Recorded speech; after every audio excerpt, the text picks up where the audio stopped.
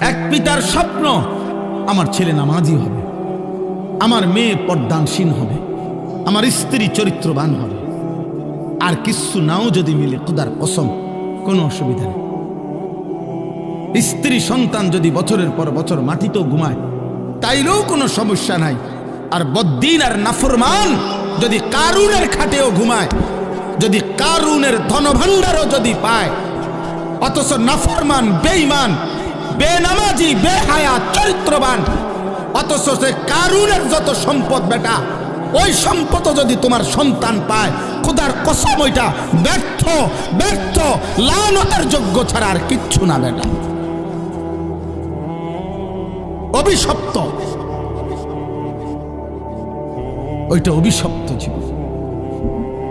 আপনি সন্তান কিছুই পায় না, কারুনের সব রাখেন বাইর করে নাকি।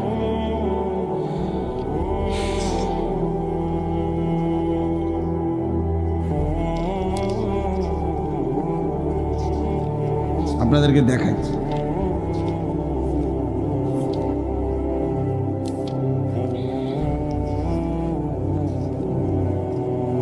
মানে কোরআনুল কারীমের মধ্যে এই কারুনের ঘটনা আছে।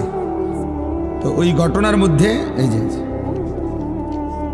আছে যে কারুন যখন রাস্তা দিয়া বের হইতো, এই পরিমাণ ঠাটবাট, শৌর্য, বীর্য, অহংকার এবং চাকচিক্য, জাকজমক দিয়া কারুন বের হইতো। তো তাকে দেখে আশেপাশের মানুষরা আফসুস করত, আফসুস করতো। আল্লাহ কোরআনে ডাইরেক্ট বলছে, আফসুস করতো আর বলতো, আহারে আল্লাহ যদি আমাগরেও কারুনের মতো একটু দিত। এই যে কোরআন শরীফে আছে সরাসরি, ফাখরাজা আলা কওমিহি ফি জিনাতিহি, কারুন তার সাজ সজ্জা, জাক জমক নিয়ে বের হতো। তো ক্বালাল্লাযীনা ইউরিদুনাল হায়াতাদ দুনিয়া, যাদের হৃদয় শুধু দুনিয়ার লোভ ছিল, তারা বলতো, ইয়া লাইতা লানা মিসলা মা উতিয়া কারুন, আহা আল্লাহ যদি আমগরেও কারুনের মতো একটু দিত, তাহলে আমরাও একটু সুখে থাকতাম। খোদার কসম আল্লাহ বলে, এরপরে যেদিন আল্লাহ কারুনকে তার সমস্ত ঘর সম্পদ, রাশি রাশি স্বর্ণরৌপ্য সহ জীবন্ত মাটির নিচে দাফন করে ফেলছে, ফাখাসাফনা বিহি ওয়া বিদারিহিল আরদা, তাকে তার ঘর সহ আল্লাহ জিন্দা মাটির নিচে দাফন করে দিছে এই নাফরমান বেঈমানকে। তখন কি হইল? ওয়া আসবাহাল্লাযীনা তামান্নাউ মাকানাহু বিল আমস ইয়াকুলুনা ওয়াইকা আন্নাল্লাহা ইয়াবসুতুর রিজকা লিমান ইয়াশাউ মিন ইবাদিহি ওয়া ইয়াকদির লাউলা আমান্নাল্লাহু আলাইনা লাখাসাফা বিনা।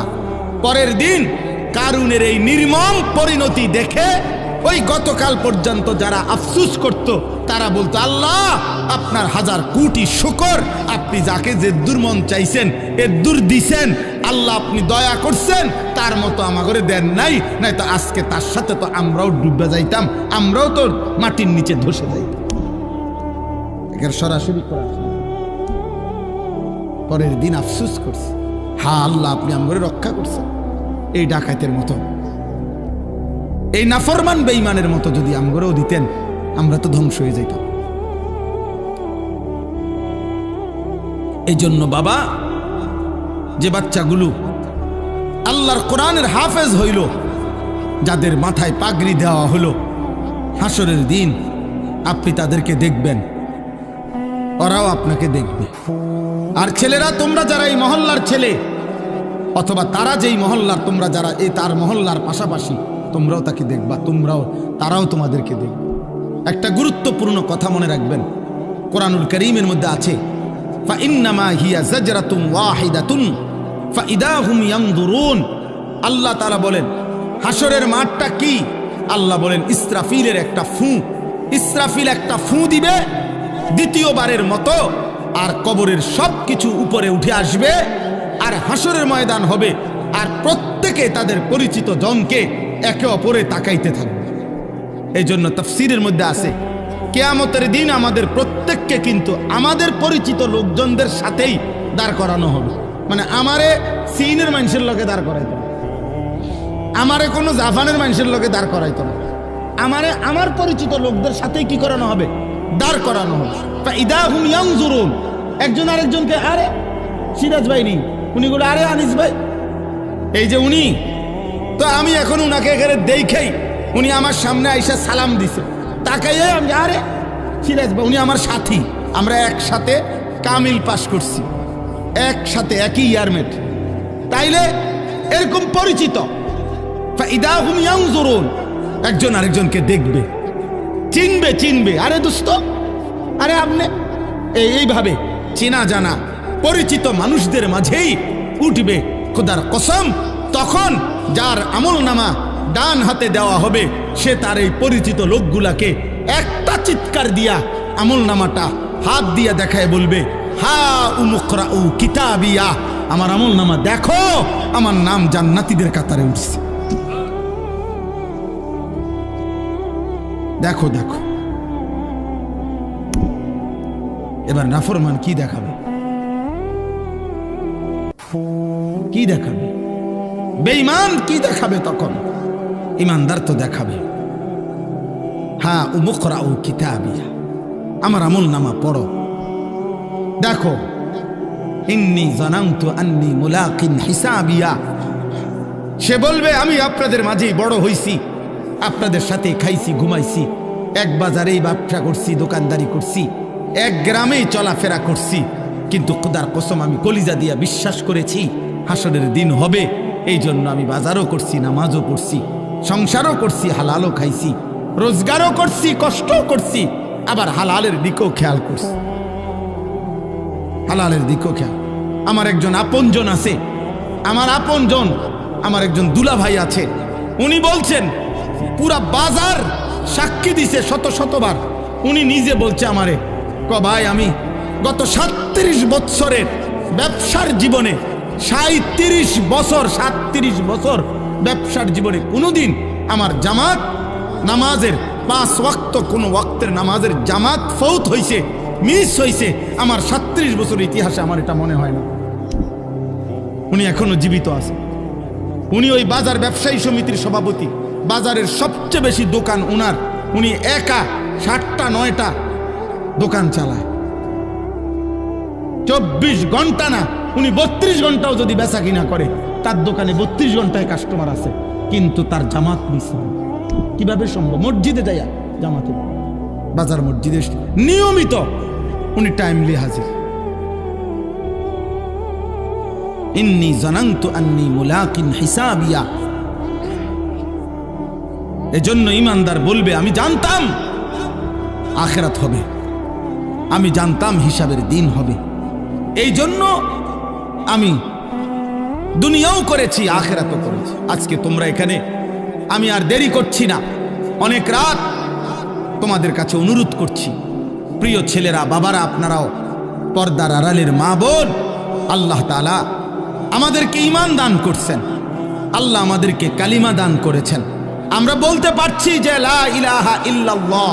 আমি দিনাজপুর 2024 সালে এই 5ই আগস্ট যখন আপনার হাসিনা পলায়ন করে, দেশ যখন উত্তাল, তখন আমি দিনাজপুর ছিলাম তাবলিগের চিল্লায়। তখন আমি ওইখানে একটা ফ্যামিলির 2 ভাই, তারা হিন্দু 2 ভাই, তারা কালেমা পড়ে মুসলমান হয়েছিল আগে, তো তারা 2 ভাই আমাদের কাছে আইসা বলছিল, হুজুর আমাদের আব্বার বয়স 72 বছর, আমাদের আব্বারে যদি আপনারা একটু, আমারও বলছি হুজুর আপনি সহ একটু আসলে আব্বারে যদি একটাবার একটু বলতেন, কালিমার দাওয়াত দিতেন, আমরা তো দুনো ভাই কালেমা পড়ছি, আব্বারে যদি একটু বুঝাইতেন। আমার মনে আছে আমি উনার কথা মতো উনাগো ভাইদের, আমরা 3 জন আলেম প্রায় 2.5 ঘন্টা ওনার সাথে কথা বলছি। ওই 72 বছর বয়স্ক হিন্দু লোকটা, ওই চাচারে বলছি, উনি বলতেছে কয় যে সৃষ্টিকর্তা যে একজন, আমি এটা মানি, প্রতিমা পূজা যে ঠিক না এটাও আমি মানি, এইভাবে বলছে আমারে। আমি বললাম চাচা দরজা বন্ধ, জানালা বন্ধ, আমি একলা, আমরা 3 জন মাত্র আলেম, হুজুর পৃথিবীর কাউকে কোনোদিন বলবো না, আপনি শুধু একবারের জন্য, এই কথাটাই আমাদেরও কথা। ঈশ্বর একজন, আপনি বলতেছেন, প্রতিমা পূজা ঠিক না আপনি বলছেন, কথা তো ঠিকই আছে, আগাই লাইছেন, এই তো কথা। আপনি শুধু আমাদের কালেমার আরবিটা কন, লা ইলাহা ইল্লাল্লাহ মুহাম্মাদুর রাসূলুল্লাহ, এই কথাটা কন চাচা। ওনারে আমরা তিনজন কানছি, এ কোরআন হাতে বললাম, কিন্তু উনি বলতেছেন আমি এটা কইতাম না। 2.5 ঘন্টা পর্যন্ত কানছি। তখন আমি আইসা আমার সাথীদের কাছে বলছিলাম যে দোস্ত, আল্লাহ যারে কালেমা বলায় নাই 72 বছর পরেও তার মুখ দিয়ে তার মালিকের নাম একবারও উচ্চারণ হয়। তোমরা জানো না আব্বা, আল্লাহ তাআলা আমাদেরকে কত বড় নিয়ামত দিছিলেন, কত বড় নিয়ামত দিছিলেন। আল্লাহ যাকে ঈমান দেয় না, আল্লাহ যাকে কালেমা দেয় না, আল্লাহ যদি ফয়সালা নেয় ঈমান দিবে না, আল্লাহ যদি ফয়সালা নেয় কালেমা দেবে না, তো খোদার কসম নবী সাল্লাল্লাহু আলাইহি সাল্লাম আল্লাহর মাহবুব, আল্লাহর হাবিব, আল্লাহর কলজার টুকরা নবী, আল্লাহর মাহবুব যিনি, গোটা জগৎ আল্লাহ যেই বন্ধুর জন্য সাজাইছেন, এত মায়া এত ভালোবাসা যেই বন্ধুর জন্য, সেই নবী সাল্লাল্লাহু আলাইহি সাল্লামও 1000 বার লক্ষ বার চোখের পানি ফেলাইছে, 2 হাত তুলছে। কোরআনে বুখারী শরীফের রওয়ায়াত, নবীজি উনার চাচা আবু তালেবের জন্য 2 হাত তুলছে, লা আস্তাগফিরান্না লাকা মা লাম উনহা আনকা, বুখারীর ইবারত। উনি বলছে নবীজি আল্লাহ আমারে নিষেধ না করা পর্যন্ত চাচা আপনার জন্য আমি আল্লাহর কাছে ক্ষমা প্রার্থনা করব। নবীজি চাচারে বলছে মনো 1000 বার, ইয়া আম কুল লা ইলাহা ইল্লাল্লাহ কালিমাতান আশহাদু লাকা বিহা ইনদাল্লাহ। একবার চাচা লা ইলাহা ইল্লাল্লাহ বলেন, আমি আপনার জন্য হাসরের ময়দানে সাক্ষী দেব। চাচা একবার বলেন, একবার বলেন, একবার বলেন, একবার বলেন। কানতেছিলেন। কোন কোন কিতাবের মধ্যে আছে শেষ পর্যন্ত নবীজি এটা পর্যন্ত বলছে, চাচা আপনি ঠিক আছে বইলেন না, আমি বলি আপনি শুধু ঠোঁটটা নাড়েন, আমার লগে শুধু ঠোঁট নাড়েন, আমি আপনার জন্য সাক্ষী দেব। আল্লাহ তাআলা বলছে, মা কানা লিন নাবিয়্যি ওয়াল্লাযীনা আমানু আন ইস্তাগফিরু লিল মুশরিকিন ওয়ালাউ কানু উলি কুরবা। কোরআনের আয়াত, সূরা তাওবার আয়াত। আল্লাহ আয়াত নাজিল করে বলছে, বন্ধু সাবধান, হাত নামান, নামান, হাত নামান, হাত নামান। কোন নবী এবং ইমানদার কারো জন্য অনুমতি নাই মুশরিক বেঈমানের জন্য আমি আল্লাহর কাছে ক্ষমা প্রার্থনা করার অনুমতি নাই। আমি ইমান দেব না বলছি, দেব না যে দেবই না। আপনি হাবিব, আপনি মাহবুব, সব ঠিক আছে, কিন্তু আপনি বললেও দেব না। যারে দেব না তারে দেবই না। তোমরা বাবা মনে করছো বিড়ি খাইতে খাইতে জীবন শেষ, সিগারেট টানতে টানতে জীবন শেষ, মোবাইলের নর্তকী দেখতে দেখতে জীবন শেষ। নাফরমান বেটা, চুল একটা ঠিক করতে করতে বেটা ছাগল, তোর মতো ছাগল বেটা, তোরে বেঈমানে একটা চুলের ফ্যাশনের মধ্যে নিয়া তোরে তার দলে নিয়ে গেছে গা। তোরে বেটা একটা কয়টা উলঙ্গ নারী মোবাইলের কয়টা ধরতেও পারো না, সুইতাও পারো না, শুধু চাইয়া তাকে ব্যয় কইরা এই কয়টা নর্তকী দেখাইয়া তোর ঈমান নিয়ে গেল, তোর আখিরাত নিয়ে গেল, তোর কপালের সেজদা নিয়ে গেল, তোর আল্লাহ নিয়ে গেল, তোর রাসূল নিয়ে গেল। থু তো মারি তোর কপালে, থু তোর কপাল, থু তোর কপালে, থু বেনামাজি তোর কপালে, থু তো মারি, থু তোর কপালে। ছি ছি ছি ছি, কি দেখাইয়া তোরে নিয়ে গেল বেটা? সারাদিন তোরে কি দেখাইলো? মোবাইলের কয়টা নর্তকী, এগুলার জাত আছে না, বংশ আছে, এগুলার মধ্যে কোনো সতীত্ব আছে না, ইজ্জত আছে না, সম্মান আছে? মোবাইলের নর্তকীর কাছে কিছু আছে? তো ওই কি দেখলো এটা? আর এটা কি নারী? এটা তো নারী না, এটা তো নারীর ছবিও না, ছবির ছায়া, এটা তো ছায়া ছবি। তো তুমি কি দেখে শরীরটা শেষ করলে? ওই যে দেখেন, ওই আর এক অপদার্থ দেখেন, এই মোবাইল এটা ধরে রেখেছে, দেখছেন? রাত 12টা বাজে, বিবেকের কোনো অনুভূতি নাই। হ্যাঁ, মনে করছে জীবন মানে মোবাইল, এটাই ভাবে, মনে করছে জীবন মানে চুল ফিরাইতাছি, কেউ মাতে না, আমারে যে সুন্দর লাগে, বুঝেন না, খাড়াইয়া মুতি যে সুন্দর লাগে আমারে, যেন দিয়ে মুতে ধরে হেন দিয়ে মুতালায়। এটা কি রাস্তার পাশে হেন দিয়ে গাড়ি যায়, সিএনজি যায়, মানুষ যায়, বেডউইট যায়, বেডিউইট যায়, কি মনে করে? আরে কি মনে করবো কি তা আবার মনে করার কি আছে? মানুষ হইলে না ভাবতো, ইনসান হইলে না ভাবতো। তুমি একজনকে বলি নাই আব্বা, আল্লাহ তোমাকেও মাফ করে দেন।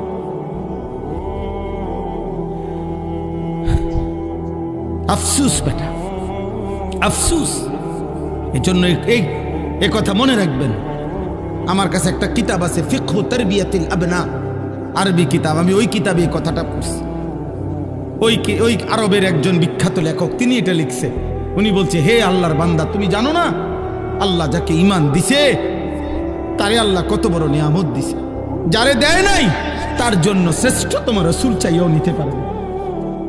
আবু তালেব ঈমান আনছে, কথা বলেন না কেন? তাহলে নবী চায় নাই, কথা বলেন না কেন? তাহলে আল্লাহ যখন ফয়সালা নিছে দেব না, তো নবী সাল্লাল্লাহু আলাইহি সাল্লামও তো চেয়ে নিতে পারে না। ইব্রাহিম আলাইহিস সালাম, ওনার আব্বা আজর ওনার বাফেরে কালেমা পড়াইবার জন্য এই কোরআনে আছে শত শতবার, লক্ষবার, হাজার হাজার বার ইয়া আবাতি, ইয়া আবাতি বলছে, হে আব্বা, হে আব্বা, আব্বা আপনি কালেমা পড়েন, কালেমা পড়েন, কালেমা পড়েন। পাগল হয়ে গেছে, কত লক্ষবার বলছে। আল্লাহ বলছে, ইব্রাহিম আপনিও আমার বন্ধু, আপনিও আমার খলিল, কিন্তু আমি আল্লাহ সিদ্ধান্ত আপনার বাবাকে ঈমান দেব না, দেব না তো দেবই না, আপনি বললেও দিব না। এই জন্য ইব্রাহিমের হাত নামায় ফেলছে, বাবাকে ঈমান দেয় নাই, দিছে? কথা বলেন তো। আবার 12 বছর বয়সী ছেলেটাকে জিজ্ঞাসা করছে, এই ইব্রাহিম, কি আশ্চর্য আল্লাহর ইচ্ছা দেখেন। ইব্রাহিম এই বাবারে এভাবে বলল, কালেমা হইল না। আবার এই ইব্রাহিম আলাইহিস সালাম ইসমাইলের 12 বছরের এই ছেলেকেই, ওনারই ছেলে তো না, পরে জিগাইছে যে বাবা আমি স্বপ্নে দেখতেছি যে আল্লাহর হুকুমে আমি তোমাকে জবাই করতেছি, তুমি কি কও? সে বলতেছে, নিশ্চিন্তে আপনি আমার মালিকের হুকুম পালন করেন, আমি আমার আল্লাহর ফয়সালার উপরে ধৈর্য ধারণ করব। 12 বছরের ছেলে তার মালিক চিনে, 12 বছরের ছেলে কালেমা চিনে, 12 বছরের ছেলে আল্লাহ চিনে। আল্লাহ ঈমান দিলে 12 বছরের ছেলে কে দিলেন, আর আল্লাহ ঈমান দেয় নাই তো 70 বছরের বাবাকে ঈমান দেয় নাই। কার ফয়সালা? আল্লাহর ফয়সালা, আল্লাহর ফয়সালা। সেদিন হাসরের ময়দানে মনে পড়বে, আল্লাহ জিজ্ঞেস করবে, বলবে, বান্দা তুমি জানো না আমি তোমারে কত বড় নিয়ামত দিছিলাম, তুমি ঈমান ফিরায় দিছ, তুমি আমার আজান ফিরায় দিছ, তুমি আমার একটা একটা সেজদা ফিরায় দিছ। আমি যতবার আজান দেওয়াইছি ততবার বলে দিছিলাম, হাইয়া আলাস সালাহ, নামাজে আসো। শুধু এতটুকু বলে ছেড়ে দেই নাই, আমি বারবার বলছি হাইয়া আলাল ফালাহ, এই নামাজে সফলতা, এই নামাজে কামিয়াবি। এটা তোমার ব্যর্থতা না, এটা তোমার দোকানের ক্ষতি করবে না, এটা তোমার ব্যবসার লস করবে না, এটা তোমার চাকরির ক্ষতি করবে না, এটা তোমার দুনিয়ার লস করবে না, বরং এটা তোমার দুনিয়াতেও সফলতা আনবে, আখিরাতেও সফলতা। অতএব চলেন এই রাত গভীরে আজকে আমার এই শেষ কথাটা এটাই, আমাদের সামনে মাহে রমজান, আমাদের সামনে মাহে রমজান। আল্লাহ তাআলা বলছে, ইয়া আইয়ুহাল্লাযীনা আমানু, হে ঈমানদারগণ, তোমরা আমার, পৃথিবীর আর কেউ শুনুক আর না শুনুক, মোমেন, তুমি বলতেছো তুমি মোমেন, তুমি বলছো তুমি মুসলমান, তোমার মুখ দিয়ে তো তুমি লা ইলাহা ইল্লাল্লাহ বলতেছো, তোমার মুখ দিয়ে তুমি মুহাম্মাদুর রাসূলুল্লাহ বলছো। অতএব আমি তোমার কাছে চাচ্ছি, কুতিবা আলাইকুমুস সিয়াম, তোমাদের জন্য আমি রোজাকে ফরজ করলাম, কামা কুতিবা আলাল্লাযীনা মিন ক্বাবলিকুম, তোমাদের পূর্ববর্তী ঈমানদারদের উপরেও আমি রোজা ফরজ করেছিলাম। কেন? লাআল্লাকুম তাত্তাকুন, আল্লাহ বলছে গত 11 মাসে আমি চেয়েছি তোমাকে মুত্তাকি বানাইতে। আমি 11 মাস ধরে বলছি, ইত্তাকুল্লাহ, ইত্তাকুল্লাহ, ইত্তাকুল্লাহ, আল্লাহকে ভয় করো, আল্লাহকে ভয় করো, আল্লাহকে ভয় করো, আল্লাহকে ভয় করো, কিন্তু কোনো পাত্তা দিলা না বান্দা, কোনো পাত্তা দিলা না। ঠিক আছে বান্দা, যাও, আমি আল্লাহ আবারও দয়া করে সব বাদ দিলাম, 11 মাস বাদ, যাও একটা মাস মাত্র এবার, আইয়ামাম মাদুদাত, 30টা দিন গোনা গোনা, 30 দিন, 31 দিন হবে না, 32 দিন লাগবে না, 30 দিন, 30 দিন, কথা কথাই, প্রয়োজনে একদিন কমায় এলাম, 29 দিন, হয় 29 নয় সর্বোচ্চ 30, 30টা দিন তুমি রমজান পালন করবা, একটা গুনাহ করবা না, চুরি ডাকাতি জিনা ব্যভিচার মদ, জুয়া, অশ্লীলতা, বেহায়াপনা, অসভ্যতা, নোংরামি, বেপরদিগি, উলঙ্গতা, অসভ্যতা, হারাম উপার্জন করবা না। আর জিকির করবা, তিলাওয়াত করবা, রোজা রাখবা, ইফতার করবা, সাহারি খাবা, তারাবি পড়বা, শেষ দশকে এতেকাফ করবা, সবে কদর তালাশ করবা, প্রতিদিন কাঁদবা, দোয়া করবা, মুনাজাত করবা, একটা মাস গুনে গুনে আমার ইবাদত আমলে কাটাইবা, গুনার থেকে বেঁচে থাকবা। আল্লাহ বলেন আমি 30 দিনেই তোমারে মুত্তাকি বানাইয়া জান্নাতি বানাইয়া দেব। লাআল্লাকুম তাত্তাকুন। আল্লাহ তাআলা বলছে বান্দা কঠিন হবে না, কষ্ট হবে না, দেখো তুমি নিয়ত করলে পারবা। এখানে আছে ইউরিদুল্লাহু বিকুমুল ইউসরা ওয়ালা ইউরিদু বিকুমুল উসরা। আল্লাহ তাআলা বলে বান্দা আমি যেমনে যেমনে রমজান সাজাইছি, রমজান, রোজা, ইফতার, সাহারি, তারাবি, এতেকাফ, শবে কদর, যেটা যেমনে সেটিং করছি, আল্লাহ বলে বান্দা বিশ্বাস করো আমি নিজে, আমি আল্লাহ খেয়াল রাখছি তোমার যেন সহজ হয়, কঠিন যেন না হয়। এইভাবে আমি আল্লাহ বিধানটা আমি নিজের হাতে সাজাইছি। ইউরিদুল্লাহু বিকুমুল ইউসরা। তোমার কঠিন হবে না, তোমার কঠিন হবে না। আমি জানি তোমার ভিতর বাহির, তোমার শরীরের যোগ্যতা কদ্দুর, এ তো আমি দিছি বান্দা। তোমার শরীর স্বাস্থ্য, তোমার জীবন যৌবন আমি দিছি। তুমি অসুস্থ প্রচন্ড, কোনোভাবেই তুমি পারবা না, তো ঠিক আছে, ফামান কানা মিনকুম মারিদান, তুমি যদি প্রচন্ড অসুস্থ হও, যে অসুস্থতা রোগ বেড়ে যাবে রোজা রাখলে, তো ঠিক আছে, যখন সুস্থ হও তখন তুমি কাজা করে নিও। আল্লাহ বলছে লম্বা পথ সফর করবা, তোমার কষ্ট হবে, মুসাফির, ঠিক আছে, তুমি ওই সময় রোজা ছেড়ে দিও, অন্য সময়ে যখন বাড়িতে থাকবা কাজা করে নিও। তুমি যদি একেবারে বৃদ্ধ দুর্বল হও, যে আর কোনোদিন সবল সুস্থ রোজা রাখার মতো যোগ্যতা তোমার ধারণা আর কোনোদিন হবে না, তো আল্লাহ বলেন অসুবিধা নাই, যাও ফিদিয়াতুম তুআমু মিসকিন, প্রত্যেক রোজার বিনিময়ে এক সাদকায়ে ফিতির, রমজানে যে ফিতরা দেন এই ফিতরা পরিমাণ একজন মিসকিনকে খাবার বা সমপরিমাণ মূল্য তুমি দিয়ে দাও। আল্লাহ বলেন সব রকমের সুযোগ রাখছি। প্রচন্ড দুর্বল হলে কি করবা, মুসাফির হইলে কি করবা, একেবারে বৃদ্ধ হইলে কি করবা, এইভাবে গর্ভস্থিত নারী যার গর্ভে বাচ্চা আছে তার জন্য কি করতে হবে আল্লাহ তাআলা বলেন। আলাদা আলাদা করে বলছি, কঠিন কিছু বলি নাই। সন্ধ্যা থেকে নিয়ে সুবহে সাদিক পর্যন্ত খাও, পান করো, স্বামী স্ত্রী মিলামেশা করো, সুবহে সাদিক থেকে সূর্যাস্ত পর্যন্ত শুধু এইটুকু সময় খাদ্য খাবার থেকে বিরত থাকো। শেষ দশক এতেকাফের চেষ্টা করো, বেজর রাত্রিগুলো সবে কদর তালাশ করো, গুনাহ কইরো না। বাজারে তো সারা বছরই যাইতে পারবা, কাপড়, লুঙ্গি, শার্ট, শাড়ি, 3 পিস, জুতা এ তো সারা বছরই কিনতে পারবা। একটা মাস আমি রহমত দেই, মাগফিরাত দেই, নাজাত দেই, এক একটা নেকিকে আমি 70 গুণ না শুধু হাজার লক্ষ কোটি গুণ নেকি বাড়ায়া দেই। এত কিছু দিয়ে আমি চেয়েছি যেন আমার বান্দা জান্নাতি হয়, মুত্তাকি হয়। তুমি বান্দা কদর করো, আর যদি কোনোভাবেই কদর না করে তো শেষ কথা হলো মনে রাখবেন, রমজানকে যে কদর করে না, রমজানেও যে গুনাহ করে, রমজানেও যে জাহান্নাম থেকে বাঁচার চেষ্টা করে না, রমজানেও যে জান্নাতের আমল করার চেষ্টা করে না, ভাই আমার, ছেলেরা আমার, বাবা আমার, পর্দার আড়ালের মা বোন আমার, সবাইকে এই শেষ কথা বলি।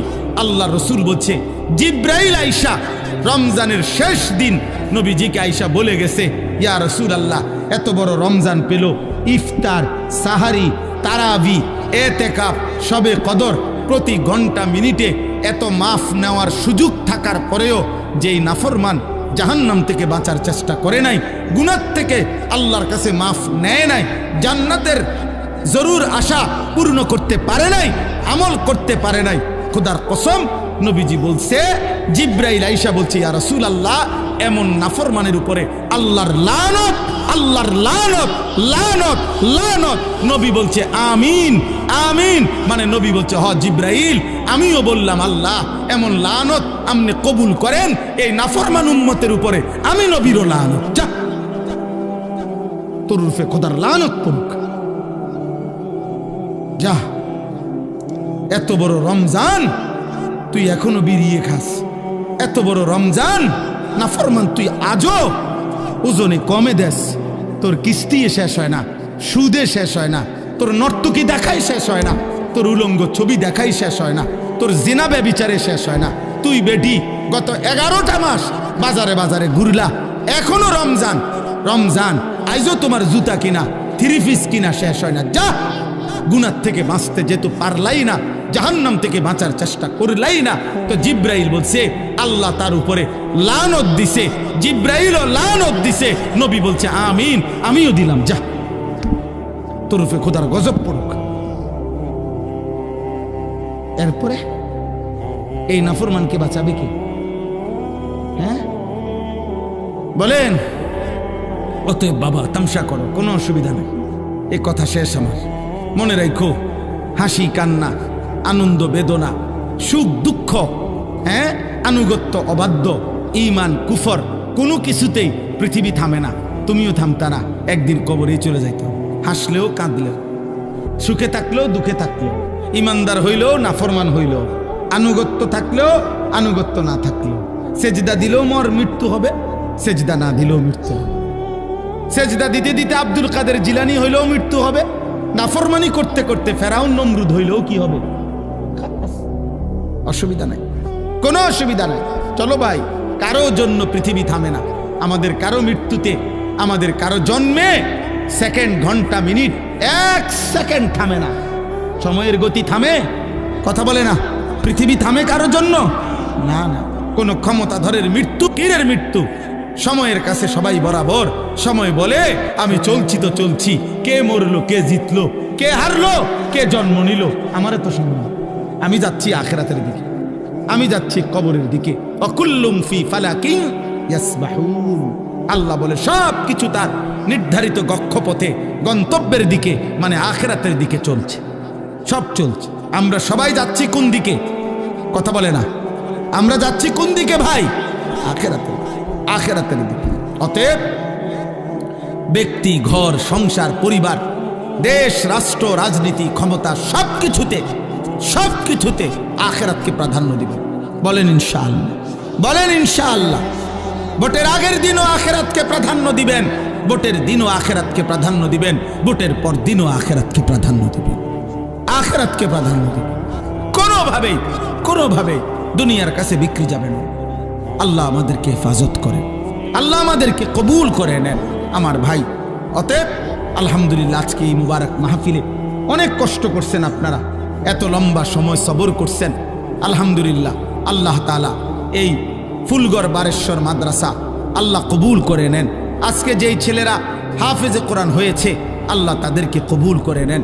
যাদের সহযোগিতা করেছে, তাদেরকে হাদিয়া দিয়েছে বিভিন্ন রকমের, মাশাআল্লাহ, আল্লাহ তাআলা তাদের সবাইকে কবুলার মঞ্জুর করে নেন।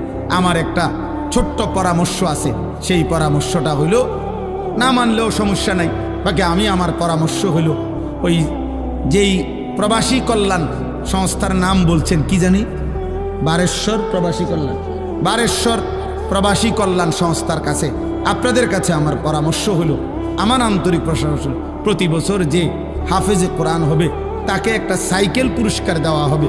সাইকেল পুরস্কারের সাথে কোরআনের হাফেজের কি সম্পর্ক আমি এটা বুঝলাম না, আমার এটা মাথার ধরল না। সাইকেলের সাথে কোরআন হেফজের সাথে সম্পর্ক কি হইল? এতে করে সে কি করবে? মানে হাফেজে কোরআন সাইকেল দিয়া আলাদা কি লাভবান হবে, এটা আমার মাথায় ধরল না। হ্যাঁ, এটা আমি বুঝলাম না। এই জন্য আমার পরামর্শ হলো, কোনো হক্কানি মুত্তাকি আলেমে দিন থেকে পরামর্শ নিয়ে আপনি জেনে নেবেন যে কোনো তালেবে এলেমকে, কোনো মাদ্রাসার ছাত্রকে, কোনো হাফেজে কোরআনকে কি পুরস্কার দিলে তার উত্তম হবে, তার সারা জীবনের এলেম অর্জনের জন্য কাজে লাগবে, পড়ালেখার জন্য কাজে লাগবে। এখন এইটা দিয়ে যদি সে কালকার থেকে গোটা এক মাস চরকির মতো সারাটা মুরাদনগর ঘুরে, তাইলে প্রবাসী কল্যাণ সংস্থার নেকি কি হবে আমি বুঝি না। এই জন্য আমি এটা ফিরাইয়া নিতে বলি না। আমি এবার তো দিছেন আলহামদুলিল্লাহ, কিন্তু উনি বলছেন প্রতি বছরেই একটা সাইকেল দিবে না। পৃথিবী যদি সবাই আপনার যেই সম্ভাবনা দেখা দিছে বাংলাদেশে, যেই প্রতিশ্রুতি এইবার নির্বাচনকে সামনে রেখে, আমি তো ধারণা করতেছি 13 তারিখ যেই জিতক 12 তারিখ প্রত্যেকের হেলিকপ্টার দিব। বুঝেন নাই কথাটা? তাইলে তখন তার সাইকেল কাজে লাগতো না। এই জন্য তালেবে এলেম এটা নিরুৎসাহিত করছি না, আপনারা পুরস্কার দিবেন, হাদিয়া দিবেন, কিন্তু আলেমে দিন থেকে মশওয়ারা করে দিবেন, অর্থাৎ যেন ওই বাচ্চার আজীবন তার এলেমের কাজে লাগে, পড়ালেখার এমন সুন্দর কোরআনুল কারীমের 2 সেট 10 সেট তাফসির হইতে পারে, যেটা তার দাওরায়ে হাদিস একবারে শেষ পর্যন্ত আজীবন তার পড়ালেখার কাজে লাগবে। রাসূলুল্লাহ সাল্লাল্লাহু আলাইহি সাল্লামের হাদিসের অনেক কিতাব, তাকে 30,000 টাকার কিতাব দেন, তারে 20,000 টাকার কিতাব কিনে দেন, যেটা সে আজীবন কি করবে? পড়ালেখা করবে। হ্যাঁ, আমার ছেলে হাফেজ হইয়া পুরস্কার পাইছে তাফসিরে তাওজিহুল কোরআন। তো আমি একদিন আমার বাসার এই তাফসির আমারও আছে, তা আমি আমার একটা খণ্ড পাচ্ছিলাম না, খুঁজেই পাচ্ছি না। 2-3 খণ্ড, আমার একটা খণ্ড আমি পাই না, ওই খণ্ডটাই তখন আমার দরকার। আমার ছেলে আমারে দৌড়াই এসে বলছে, আব্বু আমি যে পুরস্কার পাইছি এইটাই তো তাফসির, তাহলে আমি এটা খুলে দেই আমারটা। তারে হে তার প্যাকেটিং করা ছিল, ওইখান থেকে খুইলা আমার এইটা দিছে, আব্বু এইটা। তাহলে আমি তখন পড়লাম। আমার অনেক কিতাব আমার সন্তান পড়ে, আমার সন্তানের কিতাবও আমি পড়ে আমার উপকার হয়েছে। কথা বুঝছেন না? এই জন্য আগামী দিনে আপনাদের কাছে অনুরোধ রইল, সাইকেল না বরং তার এলেমের সাথে কোরআন সুন্নাহর এলেম শিখবে এমন কিছু, যার দ্বারা এরকম কিছু হাদিয়া দিলে সেটা বেশি পরিমাণে হোক, ইনশাআল্লাহ এতে বরকত হবে। আপনারাও সাদকায়ে জারিয়ার সওয়াব পাইতে থাকবে। কিতাব অল্প দিনে কি হয়ে যায় না, নষ্ট হয়ে যায় না, প্রজন্মের পর প্রজন্ম কিতাব পড়ে। অনেক যারা সম্ভ্রান্ত ফ্যামিলি এমন আছে, যাদের পারিবারিক পাঠশালায় আরে পারিবারিক কুতুবখানায় লাইব্রেরিতে 100 বছর আগের দাদা পূর্বপুরুষের কিতাব বই কি আছে সাজানো আছে। তাইলে বোঝা গেল যে এটা ফায়দা আসবে, এটা দীর্ঘমেয়াদী হবে। আল্লাহ তাআলা আপনাদেরকে তৌফিক দেন। এই মাদ্রাসার সাথে যার যত সম্পৃক্ততা আছে আল্লাহ কবুল করেন। আল্লাহ আজকের এই মেহমান উপস্থিতি সবাইকে কবুল করেন।